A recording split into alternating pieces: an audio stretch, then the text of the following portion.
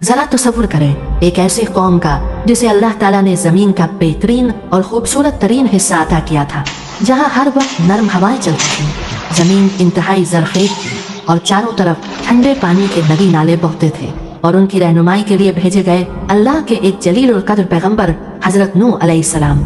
मगर जरा सोचिए तो सही, न 10 साल न 50 साल बल्कि पूरे 950 साल तक एक ही शख्स, एक ही पैगाम मुसलसल एक ही कौम को समझाता रहा, लोगों सिर्फ एक अल्लाह की इबादत करो वरना तुम पर दर्दनाक अजाब आएगा। मगर जवाब में क्या मिला? सिर्फ मजाक, तंज और शदीद दुश्मनी। वो कहते, ऐ यहाँ से चले जाओ, हम किसी अल्लाह को नहीं मानते।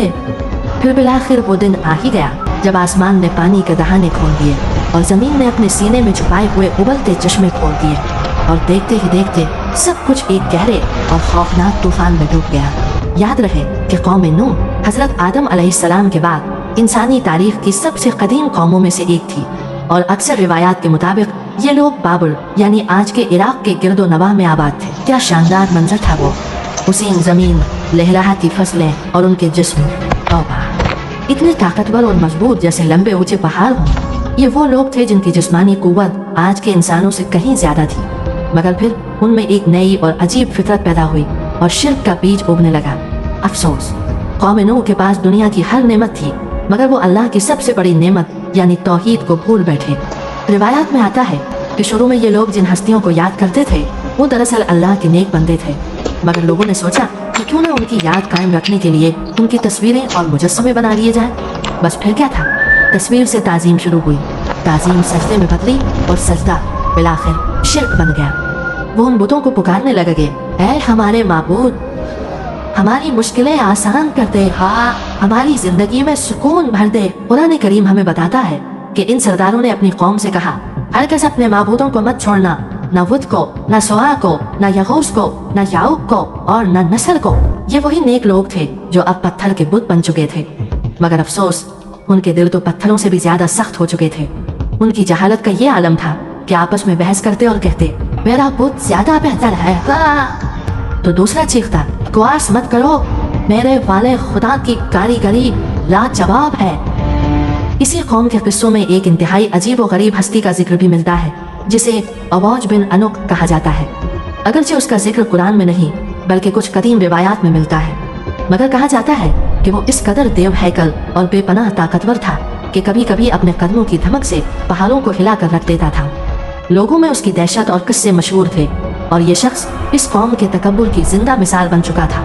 दरअसल ये रिवायत एक सबक थी कि जब कोई कौम तकब्बुर में हद से बढ़ जाए तो उनमें अवौज बिन अनुक जैसी फिरौनियत और सोच पैदा हो जाती है। फिर कुफ्र के उसी घटाटोप अंधेरे में अल्लाह ने हिदायत की एक शम्मा रोशन की, यानी हजरत नूह अलैहिस्सलाम।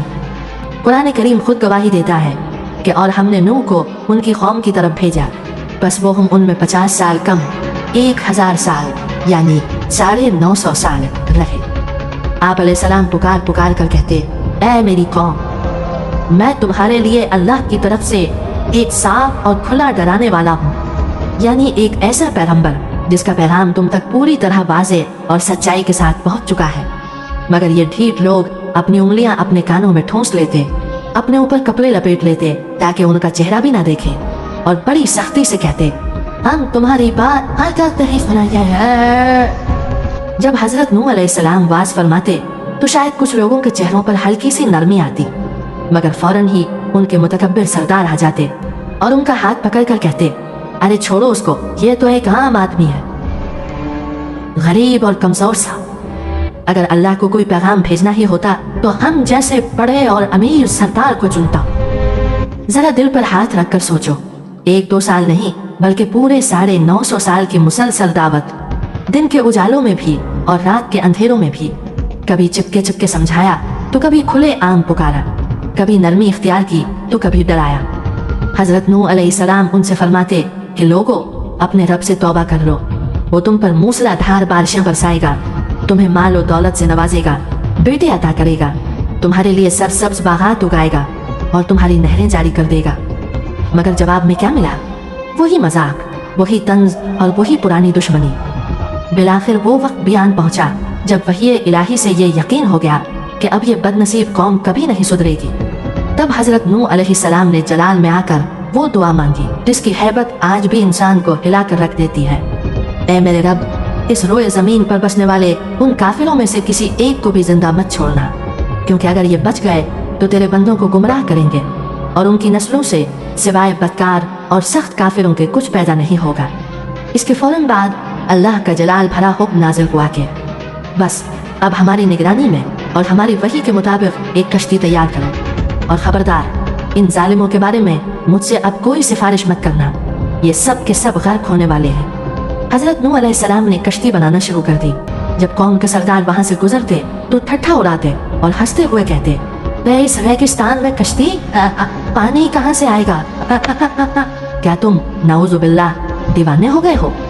मगर उन नादानों को क्या खबर थी कि कश्ती में लगने वाली हर एक कील और जड़ने वाला हर एक तख्ता दरअसल उन्हीं की तबाही का सामान तैयार हो रहा है। इसी मौके पर कुछ तारीखी रिवायतों में एक बहुत ही दिलचस्प जिक्र मिलता है कि जब हजरत नूह अलैहिस्सलाम कश्ती बना रहे थे तो औज बिन अनक नामी वो देव हैकल शख्स कभी कभार उनके पास आ जाता और अपने गैर मामूली लंबे कद की वजह से लकड़ी लाने जैसे वो मुश्किल काम कर देता जो आम इंसानों के बस की बात न थी।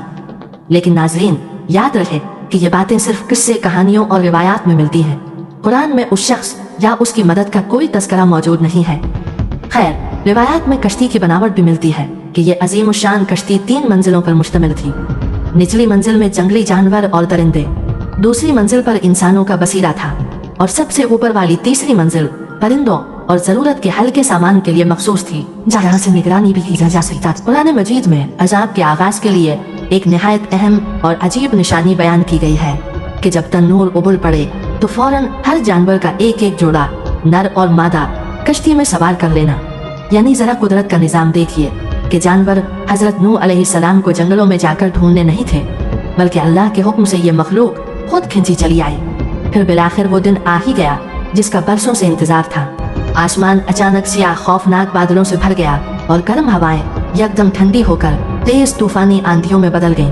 कौम के तकब्बुर भरे सरदार और बुजुर्ग हंसते और तंज करते हुए बोले, जरा देखो तो सही, क्या अब नूह के तन्नूर से भी पानी निकलेगा? मगर कुरान कहता है कि फिर वो खौफनाक लम्हा आ गया जब तन्नूर उबल पड़ा। वो घर का पुराना चूल्हा जिसमें रोटी पकती थी, अचानक उससे आग के बजाय पानी का जोरदार फवारा फूट पड़ा। अगले ही लम्हे सरदारों की हंसी हलक में अटक गई और खौफ से चेहरे जर्द पड़ गए। हजरत नूह अलैहिस्सलाम समझ गए कि अल्लाह का अजाब आ पहुंचा है, इसलिए उन्होंने फौरन मोमिनों को साथ लिया और कश्ती में सवार हो गए। फिर आसमान से अल्लाह का जलाल भरा हुक्म हुआ कि आसमान के सारे दरवाजे खोल दो और जमीन के छुपे हुए चश्मे फोड़ दो। फिर क्या था, ऊपर से मूसलाधार बारिश और नीचे से उबलता हुआ पानी, और ये दोनों पानी इस तकदीर पर मिल गए जो लिखी जा चुकी थी। हजरत नूह अलैहिस्सलाम ने कश्ती से आखिरी बार अपनी कौम की तरफ देखा। उनकी बीवी दूर अपने घर के दरवाजे पर खड़ी थी। आपने दिल के दर्द से पुकारा, आओ अल्लाह की पनाह में आ जाओ। मगर उस बदनसीब ने मुंह मोड़ लिया और उन्हीं कमजोर और फानी सरदारों के साथ नजरों से गायब हो गई। हजरत नूह अलैहिस्सलाम के 3 फरमाबरदार बेटे साम, हाम और याफिस अपने अहलो अयाल के साथ कश्ती में महफूज हो चुके थे। बाहर क़यामत का मंजर था और औरतें चीख रही थीं कि सबको उठाओ, हमें बचाओ, ये क्या हो रहा है? लोग दीवानावार भाग रहे थे, मगर पानी हर तरफ से रास्ते बंद कर चुका था। कोई चला रहा था।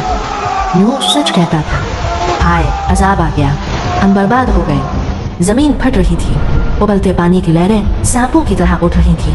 वो बड़े बड़े पहलवान और ताकतवर मर्द जिन्हें अपनी ताकत पर नाज था, आज उनकी टांगें कांप रही थी। लोग कुश्ती की तरफ लपकते और फरियाद करते कि खुदारा हमें भी साथ ले चलो। मगर अफसोस, अब बहुत देर हो चुकी थी और अल्लाह के हुक्म से कुश्ती के दरवाजे हमेशा के लिए बंद हो चुके थे। पानी अब पहाड़ जैसी ऊंची और खौफनाक लहरों में बदल चुका था और उन्हीं आसमान से बातें करती लहरों के बीच हजरत नूह अलैहिस्सलाम ने अपने बेटे को देखा। बाप की शफकत जोश में आई और उन्होंने तलब कर पुकारा, ऐ मेरे बेटे, हमारे साथ सवार हो जा और पुगला लोगों का साथ न दे। मगर वो बदनसीब तकब्बुर से बोला, मैं किसी ऊंचे पहाड़ की पनाह ले लूंगा जो मुझे पानी से बचा लेगा। हजरत नूह अलैहिस्सलाम ने फरमाया, आज अल्लाह के अजाब से बचाने वाला कोई नहीं सिवाय उसके जिस पर वो रहम करे। और फिर अचानक एक मौज बाप और बेटे के दरमियान हायल हो गई और वो देखते ही देखते गर्क होने वालों में शामिल हो गया। अब हर तरफ सिर्फ तूफान का राज था। आसमान का रंग सियाह हो चुका था और हर तरफ हवाएं इस तरह चीख रही थीं कि सुनने वालों के दिल दहल जाते और वो खौफ से रोने लगते। तूफानी लहरें पूरी शिद्दत से कुश्ती की दीवारों से टकराती और हर टक्कर पर कुश्ती लरज़ उठती।